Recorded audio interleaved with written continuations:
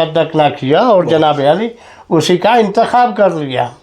اس کے بعد مولانا نے کہا کہ بھئی ہمیں کچھ چندہ بھی کرنا ہے۔ ظاہر بات ہے کہ من بنا مسجدن بنا اللہ لہ بیتن فی الجنہ، اگر مولوی غلام قادر صاحب نے ایک مسجد یا مدرسہ بنایا ہے، جنت میں ان کا مقام ہے انشاءاللہ، اور ہر آدمی کو اس کا جذبہ ہونا چاہیے۔ تو حج میں کوئی چندہ وندہ کرنا ہے تو تب ہم وہاں چلیں گے۔ میں نے مولانا کوئی بات نہیں ہے، میں میڈیکل میں تھا، میں نے کہا مولانا آپ مجھے 4-5 رسیدیں دے دیں، میں چندہ کروں گا۔ ہم نے چندہ کیا اور چندہ کرنے کے بعد مولانا کو ہم نے دے دیا، اور مولانا آپ نے پاس رکھ لیا امانت کے طور پہ۔ مولانا پھر واپس چلے گئے، اور وہاں واپس گئے جب تو وہاں کے جو محتمم قاسم صاحب تھے انہوں نے کہا بچوں سے، لیکن بچوں نے ان کو نہیں آنے دیا، بچوں نے نہیں آنے دیا، بچوں سے کہا کہ راستے میں لیٹ جاؤ۔ یعنی وہاں جو میوات کا مدرسہ تھا بھرت پور میں، جی وہاں کے طلبہ جو ہیں وہ اس بات گاڑی کے اندر بیٹھ گئے، ہم جانے نہیں دیں گے۔ اچھا، اتنا اعتماد وہاں بھی تھا، زبردست۔ لیکن وہاں سے پھر آگے پھر چلے آئے، پھر یہاں پونچھ منتقل ہو گئے، وہ واپس آ گئے۔ مولانا قاسم صاحب بھی بہت بڑی صاحب معرفت شخصیت تھے۔ جی زبردست۔ انہوں نے بھی وہاں بھرت پور میں راجستھان میں بہت بڑا کام کیا، بہت بڑا کام کیا۔ آج وہ ادارہ جو ہے وہ راجستھان کا سب سے بڑا ادارہ ہے، بہت بڑا ادارہ ہے۔ پھر مولانا یہاں واپس آ گئے، اور آنے کے بعد پھر ہم نے اس کے بعد ایک مولانا مجید صاحب بھی تھے، 1-2 سال کے بعد وہ بھی تشریف لے آئے، اللہ تعالیٰ ان کی مغفرت کرے۔ تو اس کے بعد پھر مولانا قمر صاحب کو 1 سال پہلے یہاں بھیج دیا گیا۔ اس وقت جو ہے درس و تدریس بغیانہ مسجد تھی بنی ہوئی پرانی ٹین کی، اس کے اندر ہوا کرتا تھا، اور اس مسجد کے اندر بیل وغیرہ باندھتے تھے، یہاں کنواں تھا، پانی پلاتے تھے، سب کچھ تھا، البتہ نماز اس بغیانہ مسجد میں ہوتی تھی۔ مولانا یہ کیا لیتے ہیں باقی صاحب اور مولانا نذیر صاحب مرحوم رحمۃ اللہ علیہ، مولانا نذیر صاحب کھنیتر والے نماز پڑھایا کرتے تھے، اور یہ تھانے کے کچھ لوگ ایسے ہوتے تھے کہ جو نماز پڑھا کرتے تھے اور مسجد کی صفائی کر دیا کرتے تھے۔ اس کے بعد 74 کے اندر جو ہے ہم نے اس پروگرام کو بالکل حتمی شکل دینے کے بعد مولانا غلام قادر صاحب آ گئے، تو مولانا میں اجازت طلب کی، میں نے کہا مولانا میری مجبوری اگر کہیں تو میں چلوں آپ کے ساتھ، چھوڑ دوں گا، کوئی ایسی بات نہیں۔ کہنے لگے نہیں، اس کو مکمل کرو، ہو سکتا ہے کہ ہم طب کا بھی شعبہ رکھیں۔ یہ پروگرام تھا مولانا کا، لیکن کیونکہ یہاں شروع ہی سے اسٹارٹنگ سے سنگ بنیاد سے وہ بزی ہو گئے، اور اس مدرسے کے چکر میں پڑ کے ان کو فرصت ہی نہیں ملی اس چیز کی کہ بھئی اس کو بھی رکھنا ہے یا نہیں رقنا۔ ہم بھی خاموش ہو کے جب ضرورت پڑے گی، حالات بھی ویسے نہیں تھے، حالات بھی بہتر نہیں تھے یہاں کے، تو پھر مولانا قمر صاحب کو بھیجا، اور وہ یہاں تقریباً 1 سال تک باقاعدہ دینی خدمات دیتے رہے، اور اس وقت ان کی تنخواہ تھی 50 روپے۔ مولانا قمر نے کہا سال کے بعد کہ اگر آتے ہیں مولانا غلام قادر صاحب تو ٹھیک ہے، اگر نہیں آتے ہیں تو میں بھی کسی مدرسے کے اندر جا کے ملازمت کروں، اور اپنے خرچہ ورچہ بھی نکالوں، اور بچوں کی دیکھ بھال بھی کروں۔ تو اس کے بعد مولانا یہاں تشریف لے آئے، لیکن مولانا کی سوجھ بوجھ کو داد دی جاتی ہے اس وقت کی کہ ایک سمجھ کرو کہ بڑی عقل مندی سے اور ہر مکتبہ فکر کے لوگوں کو اپنے ساتھ رکھا انہوں نے، اور ساتھ رکھنے کے بعد ایون دین سکھ کیا، ہندو کیا، دوسرے کیا، تیسرے کیا، ان سب کو اپنے ساتھ رکھا، اور رکھنے کے بعد اس مدرسے کو یہاں شروع کیا۔ اور پہلے 2 ہی کمرے ہوتے تھے کچے، اس کمرے کے اندر جو ہے پڑھایا جاتا تھا قرآن پاک، اور پڑھتے تھے۔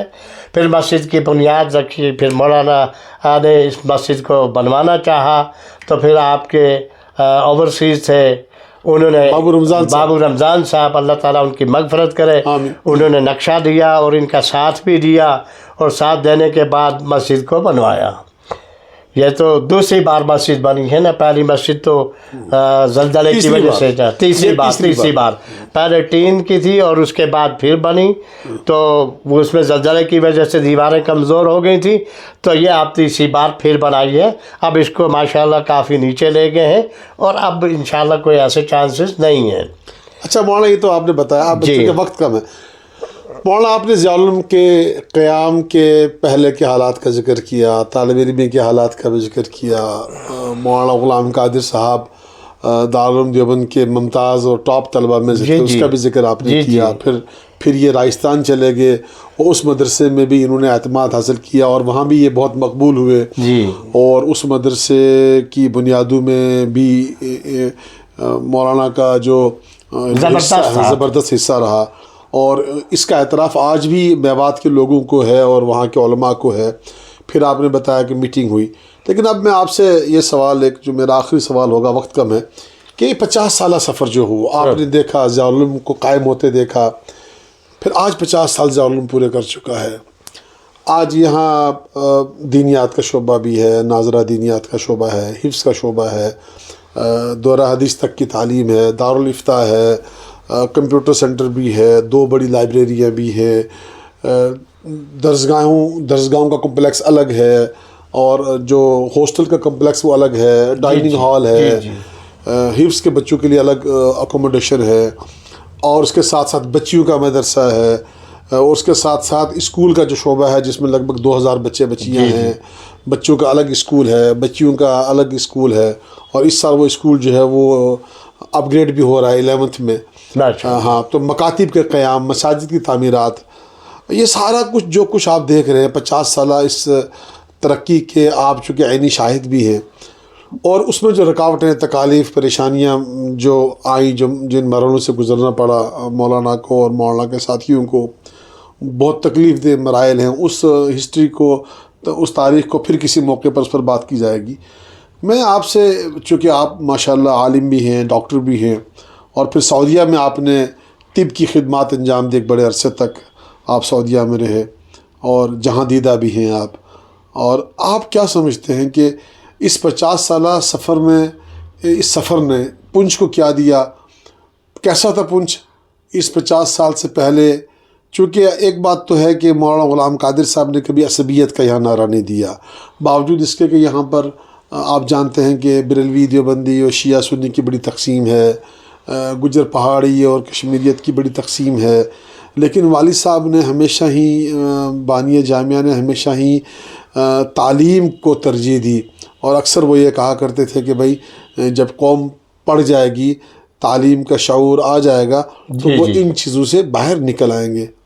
تو اس سارے سفر کو اور اس سفر کے نتائج کو دیکھنے کے بعد آپ کیسا محسوس کرتے ہیں، اور آپ ذاتی طور سے کیا محسوس کرتے ہیں اس 50 سالہ سفر میں کیا کیا ہوا؟ اس 50 سالہ سفر کے اندر بہت سی کٹھنائیاں آئی ہیں. چھوٹی موٹی کا ذکر تو کرنا وہ تو ہے ہی، یہ چلتا رہتا ہے.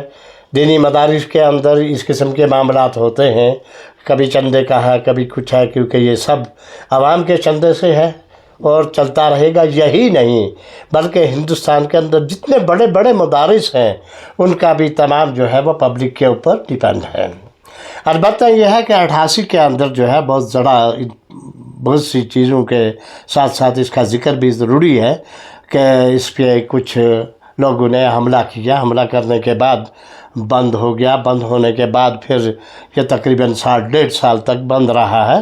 اس کے اندر مولانا نے کو اریسٹ بھی کیا گیا ہے، تھانے میں بیٹھے ہیں 2-3 دن تک، اور ان کے ساتھ مولانا حسن صاحب تھے مرحوم رحمۃ اللہ علیہ، جو انتقال فرما گئے، اللہ تعالیٰ کی مغفرت میں. جی، مولانا نعمانی صاحب تھے، اور اسی طریقے سے بتیرے ایسے علماء ہیں اور ایسے سرکردہ لوگ ہیں کہ جنہوں نے اس حملے کو جو ہے اس وقت ٹالا، اور ٹالنے کے بعد اس کو پھر بھی برقرار رکھا، لیکن پھر بھی یہ 1.5 سال تک بند رہا.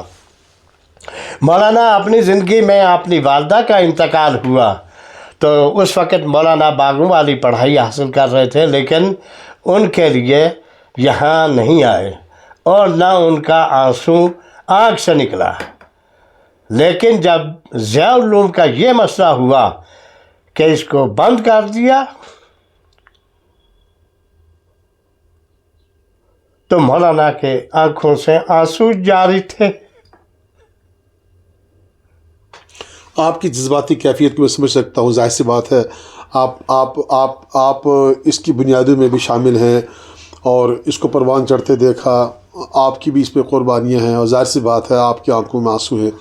مولانا وہ جو حملہ تھا جو مجھے یاد آتا ہے وہ 87 میں 10 محرم کا دن تھا, جمعہ کا دن تھا. جی جی. اور جب اپنے ہی بھائیوں کا ایک بڑا ہجوم آیا تھا اور ضیاء العلوم پر ایک حملہ ہوا تھا, ظاہر سی بات ہے وہ سب کے علم میں ہے کہ وہ مسلکی منافرت کا ایک جیتا جاگتا ثبوت تھا وہ, اور وہ بڑا تکلیف دہ مرحلہ تھا.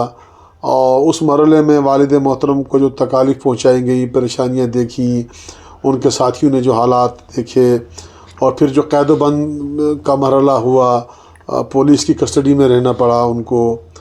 اور تو آپ کیا سمجھتے ہیں کہ پنچ میں کیوں ایسے حالات تھے کہ ایک مدرسہ کھولنے والے کو, ایک تعلیم سے جڑے ہوئے ایک شخص کو, گو کہ الگ بات ہے کہ کسی ایک مکتبہ فکر سے ہر ایک کی ایک کوئی نہ کوئی وابستگی ہوتی ہے, تو ایسا کیوں ہوا تھا مولانا؟ دینی تعلیم کی کمی تھی اس وقت زبردست قسم کی. اچھا. اور جس چیز کو جو ہے جس کی وجہ سے نقصان پہنچا ہے, مخالفین نے سوچا کہ پتہ نہیں کس قسم کی سیاسی کھاڑا جو ہے وہ قائم ہو جائے گا.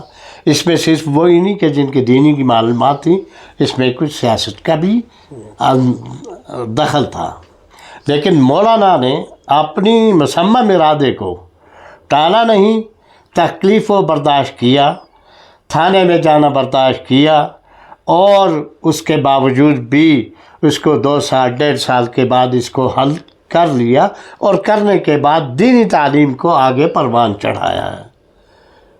اور آج اللہ کا لاکھ لاکھ شکر ہے کہ ہزاروں طالب علم اور ہزاروں طالبات جو جا چکی ہیں, اور اس وقت ضیاء العلوم کا یہاں ہی نہیں ہے تعلیمی ادارے سے, بلکہ اس کے فارغین جو ہیں دوحہ قطر کے اندر اور فلسطین کے اندر مخابرات کے اندر کام کر رہے ہیں. وہ ضیاء العلوم کے کسی زمانے میں طالب علم تھے. مولانا رشید صاحب مولانا عبدالرشید ندوی, قاضی عبدالرشید صاحب ہیں, ایک صاحب اور بھی ہیں, مولانا غلام نبی قاسمی صاحب بھی ہیں. جی. اور یہ آج کل مخابرات میں کام کر رہے ہیں. تو کہنے کا مقصد یہ ہے کہ اس کے بعد ہی لوگوں کو سوجھ بوجھ ہوئی دین کی, جو اطیعوا اللہ و اطیعوا الرسول و اولی الامر, جو یہ ایک دین کا بڑا کورس ہے, یہ سلیبس ہے. اسی سلیبس میں مرنے کے بعد امتحان ہوگا, یہی ایک مکمل سلیبس ہے. اس سلیبس کو مولانا غلام قادر صاحب نے پھر آگے بڑھایا, اور جس کا نتیجہ آج آپ لوگوں کے سامنے ہے. یہ دولت آپ لوگوں کی ہے, عوام کی ہے, اور یہ دولت جو ہے طلباء کی ہے, جو ان کے بچے بار بار پڑھتے ہیں, نکلتے ہیں, چاہے وہ جامعۃ الصالحات سے ہوں, چاہے وہ کمپیوٹر سے ہوں, چاہے مروجہ تعلیم جو اکیڈمی ہے بہت بڑی ماشاءاللہ, اب 11ویں تک ہونے والی ہے, 12ویں تک, اللہ کرے کہ ہو جائے اور اس میں ہمیں کامیابی حاصل ہو. اور میں یہ سمجھتا ہوں کہ مولانا کی تو ایک انفرادی بہت بڑی طاقت ہے, لیکن یہ ایک مسلمانوں کا بہت بڑا قلعہ ہے. اسلام ہمیشہ شروع سے لے کر آخر تک زندہ رہا ہے, وہ رہا ہے اسلامیات کو باقی رکھنے کی وجہ سے, اور اسلام کو صحیح طریقے سے چلانے اور چلنے سے. یہ شروع سے حملے اسلام کے اوپر ہوتے رہے ہیں, آپ کو پتہ ہی ہے, آپ بھی ماشاءاللہ بہت بڑے عالم ہیں, اور اس وقت جو ہے نائب معتمم ہیں. تو اس کا باقی رکھنا یا اس کی حفاظت کرنا یہ ہم لوگوں کا فرض ہے. آپ نے ایک بات کا ذکر کیا کہ مولانا جب یہاں آئے, مولانا نے سب کو ساتھ لیا, اور آپ نے اس میں ہندوؤں, مسلمانوں, سکھوں تینوں کا ذکر کیا. جی. آپ کو کیا لگتا ہے کہ مولانا کی ذات نے ایسا کیا کیا جس کی وجہ سے آج اللہ کا فضل ہے کہ یہاں پنچ کی جو ہندو برادری ہے, سکھ برادری ہے, وہ بھی اتنا ہی احترام کرتی ہے کہ جتنا احترام مسلمان برادری کرتی ہے. جی. اس میں آپ کیا سمجھتے ہیں؟ وہ شروع سے جو آپ کا رویہ یہ رہا, اور وہ آج تک بھی ہے. وہ آج تک بھی ہے. اگر یعنی کبھی مذہب پرستی اور نہیں مسلک نہیں پرستی بالکل نہیں, اور کوئی یہ بھی منافرت کبھی نہ کوئی بھی. اگر کوئی اس کی مثال آپ پیش نہیں کر سکتے. مثال کے طور پہ کبھی کبھار انٹرنیشنل کوئی جلسہ وغیرہ ہوتا تھا ہمارا, یا باہر سے کوئی علماء آتے تھے اور وہ تقریر کیا کرتے تھے رمضان میں یا کسی وقت بھی, اس وقت مولانا جو ہے سب لوگوں کو اور ہر مکتبہ فکر والوں کو دعوت نامہ بھیجا کرتے تھے, اور اس جلسے کے اندر سکھ بھی بیٹھا کرتے تھے, ہندو بھی بیٹھتے تھے, اور ہر مکتبہ پہ اہل حدیث اہل تشیع حضرات یعنی تمام جتنے فرقے کے لوگ تھے, جتنے مذاہب کے لوگ تھے, اور وہ سب کے سب اکٹھے ہو کے اس جلسے کے اندر بیٹھا کرتے تھے. ایسا ہم نے دیکھا, میں ایسا دیکھا ہے, اور آج بھی وہی ہے. آج بھی وہ کوئی دوسری بات ہے کہ کوئی نہ آئے, وہ اس کی مجبوری ہے, لیکن آج بھی وہی کیفیت ہے کہ ان کو بلایا جاتا ہے, باقاعدہ وہ بیٹھتے ہیں اور نظام کو دیکھتے ہیں. آج تو اللہ کا شکر ہے, سب کچھ ہے. اللہ تعالیٰ جزا دے مولانا کو, اور اللہ تعالیٰ ان کو زندگی دے. تو اب کتنے دن کس کے کیا ہیں, ہم تو کہتے ہیں کہ اور جتنے سال انہوں نے گزارے اس سے دگنے اور اللہ دے دے. تو عمر کا گھٹانا یا بڑھانا تو اللہ کے ہاتھ میں ہے. بہت بہت شکریہ محترم سامعین گرامی, جزاک اللہ. آج ہم نے بہت ہی مفید گفتگو کی مولانا ڈاکٹر محمد شریف قاسمی صاحب سے, اور میں یہ سمجھتا ہوں کہ اس انٹرویو کا لب لباب یہی رہا کہ ضیاء العلوم نے اس خطہ کو جو تحریک دی ہے, اور اس تحریک کے نتیجے میں جو یہاں تعلیمی اور دینی اور سماجی جو شعور پیدا ہوا ہے, وہ ضیاء العلوم کا مرہون منت ہے. یہاں باقی بھی ضرور تحریکیں ادارے ہیں, کسی کی نفی نہیں کی جا سکتی, لیکن یہ بات حقیقت ہے کہ خطۂ پیر پنجال میں بالخصوص ضیاء العلوم کا جو تعلیمی, دینی اور سماجی کردار رہا ہے, اور جو نمایاں کردار رہا ہے, اس کی مثال پیش کرنا مشکل ہے. انشاءاللہ تعالی ہم اس سلسلے کو جاری رکھیں گے. ڈاکٹر صاحب آپ کا بہت بہت شکریہ. شکریہ, جزاک اللہ آپ کے بلانے کا. شكرا يا ربي شكرا, هديت قلبي شكرا, نورت ضربي شكرا.